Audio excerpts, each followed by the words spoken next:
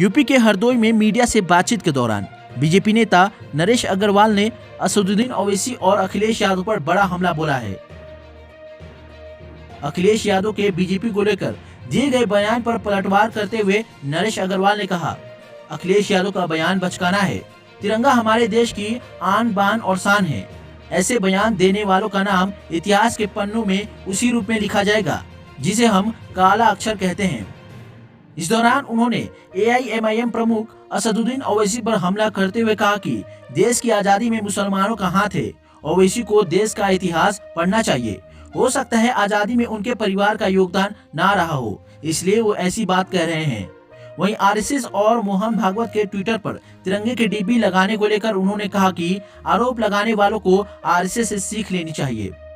BJP नेता व पूर्व सांसद नरेश अग्रवाल ने देश की आजादी में मुसलमानों ने खून सबसे ज्यादा बहाया लेकिन फिर भी महफूज नहीं है वाले ओवैसी के बयान पर प्रतिक्रिया दी।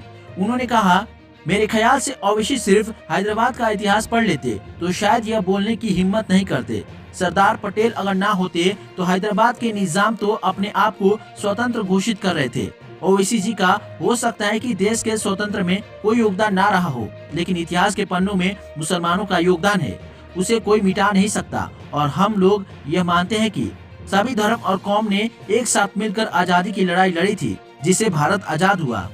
अखिलेश यादव के ट्वीट, तिरंगा किसी के लिए आन बान शान है और किसी के लिए बेचने का सामान है। भाजपा इस सम्मान बेचने की दुकान बंद करे। इस ट्वीट पर प्रतिक्रिया देते हुए नरेश अग्रवाल ने कहा, इससे बचकाना बयान और क्या हो सकता है। शायद अखिलेश जी ने भारत का इतिहास नहीं पढ़ा है या फिर उनके परिवार का कोई आजादी में योगदान नहीं रहा होगा, इसलिए बचकाना बयान दे रहे हैं। तिरंगा भारत की जान बान और शान है। तिरंगा इस देश के हर व्यक्ति का अधिकार है। जिस तरह बढ़ चढ़ कर लोग तिरंगा झंडा अपने घरों पर लगा रहे हैं, शायद यह इस बात की याद दिला रहा है कि आज भी लोग आजादी का महत्व समझ रहे हैं। कुछ लोग ये बयान दे रहे हैं, उनका नाम भी कभी इतिहास के पन्नों में उस रूप में लिखा जाएगा जिसको हम काला अक्षर कहते हैं।